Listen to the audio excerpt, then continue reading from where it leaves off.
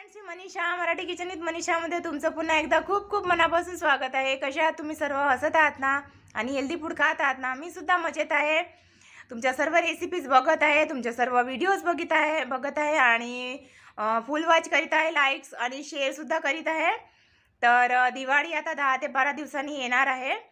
तर माझ्या सर्व मैत्रिणींची फराळाची तयारी सुरू झालेली असेल। आता दिवाळीला आपल्याला छान छान फराळ तर खायचाच आहे, पण त्याआधी म्हटलं थोडं चटपटीत खाऊन घ्यावं, म्हणूनच मी आज तुमच्यासाठी घेऊन आलेली आहे मुंबईचा फेमस वडापावची रेसिपी। तसं तर माझ्या सर्व मैत्रिणींना वडापाव येतोच, पण प्रत्येकाची पद्धत थोडी वेगळी असते। तर आज मी माझ्या पद्धतीने बनवणार आहे वडापाव। तर चला आपण व्हिडिओ स्टार्ट करूया। तर व्हिडिओ आवडला असेल तर लाईक करा, शेअर करा आणि चॅनलवर नवीन असाल तर प्लीज सबस्क्राईब करा आणि फुल वॉच बघूनच प्लीज सबस्क्राईब करा, नाहीतर तुमचं सबस्क्रिप्शन माझ्यापर्यंत पोहोचणार नाही। त्यामुळे तुम्ही फुल वॉच करा आणि त्यानंतर सबस्क्राईब करा, कमेंट्स करा। नवीन असाल तर प्लीज सपोर्ट करा। तर चला व्हिडिओ स्टार्ट करूया आणि बनवूया मुंबईचा फेमस वडापावची रेसिपी। बघा, मुंबईचा फेमस वडापाव बनवण्याकरता आपण साहित्य बघून घेऊया। तर इथे साहित्यामध्ये मी 2 पाव घेतलेले आहेत आणि एक कांदा घेतलेला आहे बारीक चिरलेला। कॉर्नफ्लोअर आहे, कॉर्नफ्लोअरच्या ऐवजी तुम्ही मैदा सुद्धा घेऊ शकता आणि मैदा नसेल तर तांदळाचं पीठ सुद्धा घेऊ शकता।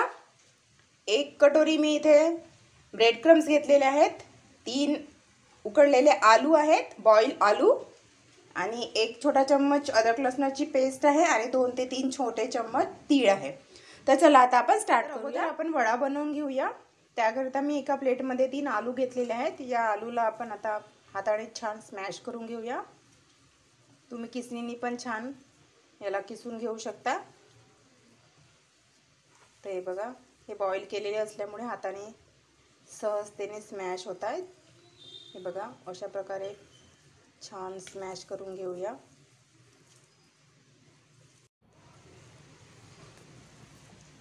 तर हे बघा, मी आलू छान स्मॅश करून घेतले आहेत। हे आलू तुम्ही किसणीने किसून सुद्धा घेऊ शकता। तर हे बघा, आता इथे मी ओनियन टाकत आहे। ओनियन आपल्याला छान बारीक चिरून घ्यायचं आहे। जिरे अर्धा छोटा चम्मच, हळद, मीठ आहे स्वादानुसार,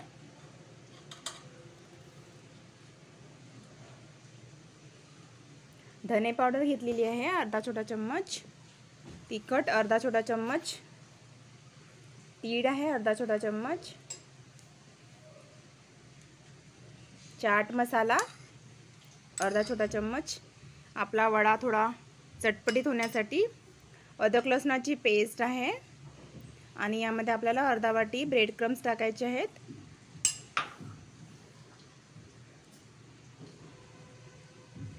ओवा आहे अर्धा छोटा चम्मच। छान आता मिक्स करून घ्या। यामध्ये पाणी आपल्याला अजिबात टाकायचं नाही आहे। छान हाताने स्मॅश करून घ्या। हा वडापाव खायला अगदी टेस्टी वाटतो, एकदम चटपटीत। ठेल्यावर जसा आपल्याला वडापाव मिळतो ना, अगदी तसाच बनतो। तुम्ही एकदा ट्राय करून बघा। यामध्ये तुम्ही गाजर सुद्धा किसून टाकू शकता, म्हणजे आपला वडा थोडा आणखी हेल्दी होईल। हे बघा, अशा प्रकारे छान हाताने स्मॅश करून घ्या। सर्व साहित्य छान मिक्स करून घ्या।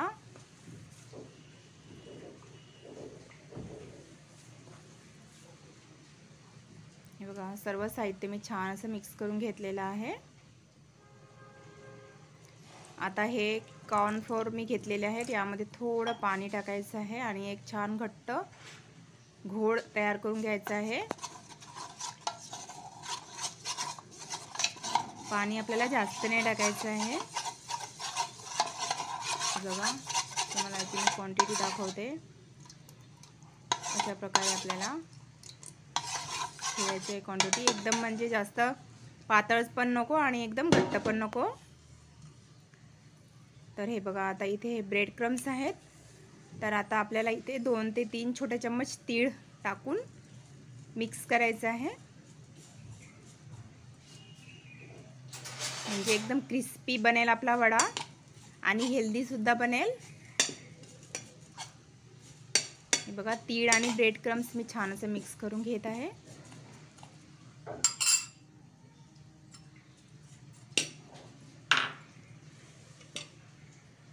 तर हे बघा आता आपल्याला वडा बनवायचा आहे.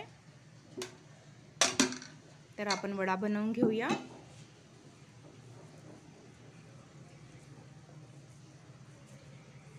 हे बघा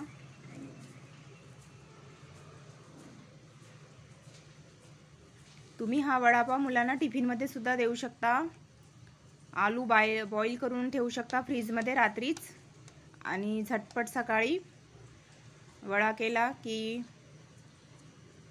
मुलांना छान वडापाव. म्हणजे कधी कधी मुलांची इच्छा होते की पोळी भाजीच्या ऐवजी छान चटपटीत टिफिनमध्ये न्यावं, तर असा वडापाव तुम्ही मुलांना करून देऊ शकता टिफिनमध्ये. म्हणजे थोडं चेंज मुलांना मिळालं अधूनमधून की मग ते पोळी भाजीसुद्धा आवडीने खातात. नाहीतर रोज पोळी भाजी नेऊन नेऊन कंटाळतात, मग टिफिन तसाच वापस येतो. माझा तर अधूनमधून टिफिन तसाच वापस येतो. त्यामुळे मुलांना मी असं अधूनमधून चटपटीत देत असते. त्यामुळे मुलं मग पोळी भाजीसुद्धा आवडीने खातात. असं चटपटीत बनवताना थोडं हेल्दी बनवण्याकडे थोडं आपण लक्ष दिलं म्हणजे हेल्दीसुद्धा बनेल आणि चटपटीतसुद्धा बनेल.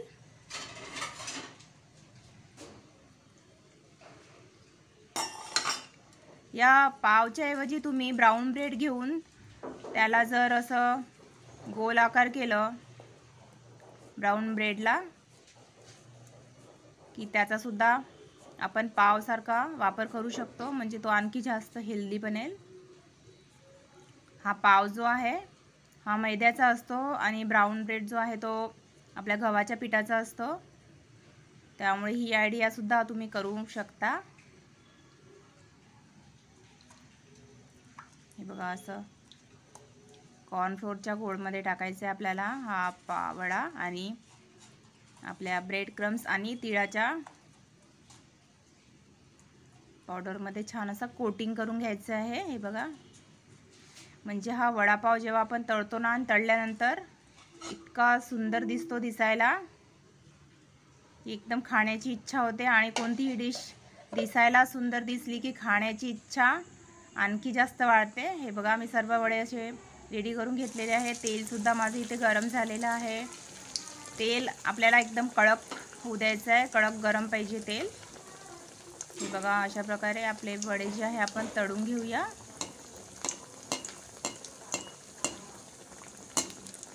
वरून थोडं तेल टाकायचं आहे.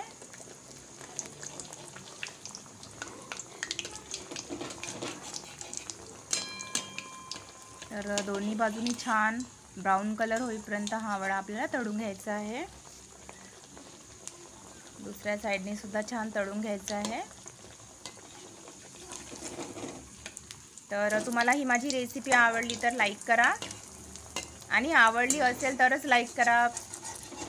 नसेल आवडली तर डिसलाईकसुद्धा करू शकता, अनलाईकसुद्धा करू शकता तुम्ही.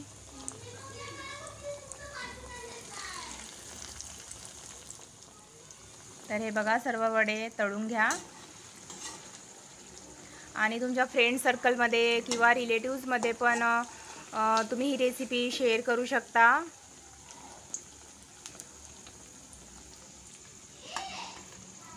आणि चॅनलवर नवीन असाल तर प्लीज सबस्क्राईब करा. सबस्क्राईब करायला अजिबात पैसे लागत नाही, हे पूर्णपणे फ्री असतं.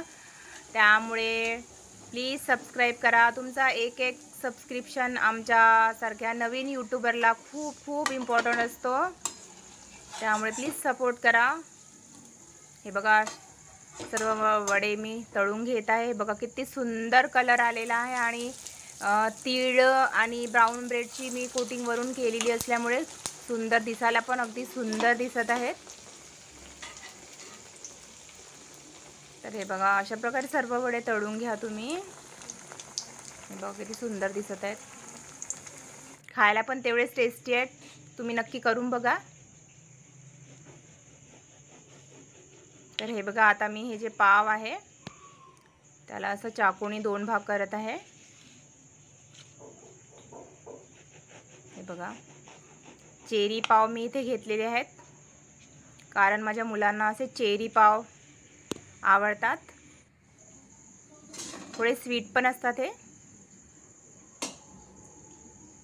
तर हे बघा, हे थोडं तव्यावर तेल टाकून थोडंसं आपण भाजून घेऊया आपले पाव. आतल्या बाजूनी भाजायचे आहेत.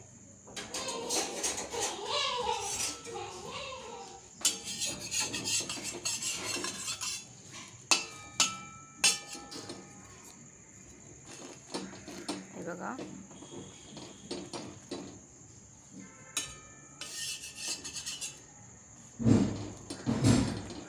तर आता थोडी थोडी थंडी सुरू झालेली आहे, त्यामुळे असं गरमागरम मुलांना खायला मिळालं सकाळी सकाळी की शरीरातली थंडीसुद्धा पडून जाते. सकाळी सकाळी मुलांना शाळेत जावं लागतं थंडीत, त्यामुळे थोडासा गरम गरम वडापाव मिळाला की एकदम मुलं खुश होऊन जातील.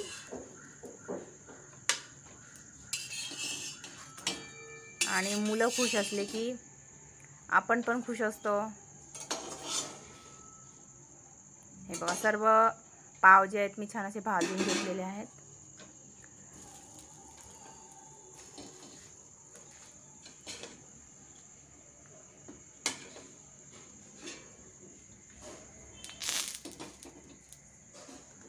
हे बघा, दुसरे सुद्धा पाव मी अशा प्रकारे भाजून घेत आहे, शॅलो फ्राय करत आहे.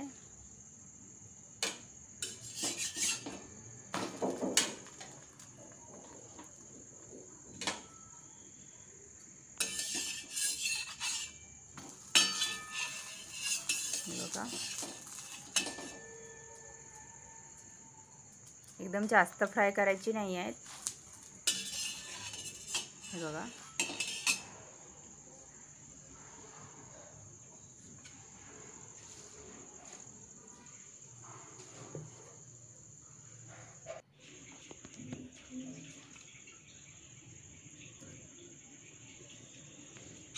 आता मी इथे एका पाववर टोमॅटो सॉस लावत आहे आणि दुसऱ्या पाववर मी ही लाल मिरच्याची चटणी केलेली आहे, ती आपल्याला लावून घ्यायची आहे एकदम झणझणीत होण्यासाठी. तुम्ही तिखट किती प्रमाणात खाता त्या प्रमाणामध्ये ही चटणी लावा. अगदी जास्त तिखट पाहिजे असेल तर जास्त लावा. हे बघा, मी आता इथे वडा ठेवत आहे आणि आता दोन्ही साईडनी छान पॅक करून घेतलेला आहे आणि आपल्याला तव्यावर थोडंसं शॅलो फ्राय करून घ्यायचं आहे. बघा, तव्यावर मी अगदी 2 थेंब तेल टाकत आहे आणि शॅलो फ्राय करून घेऊया.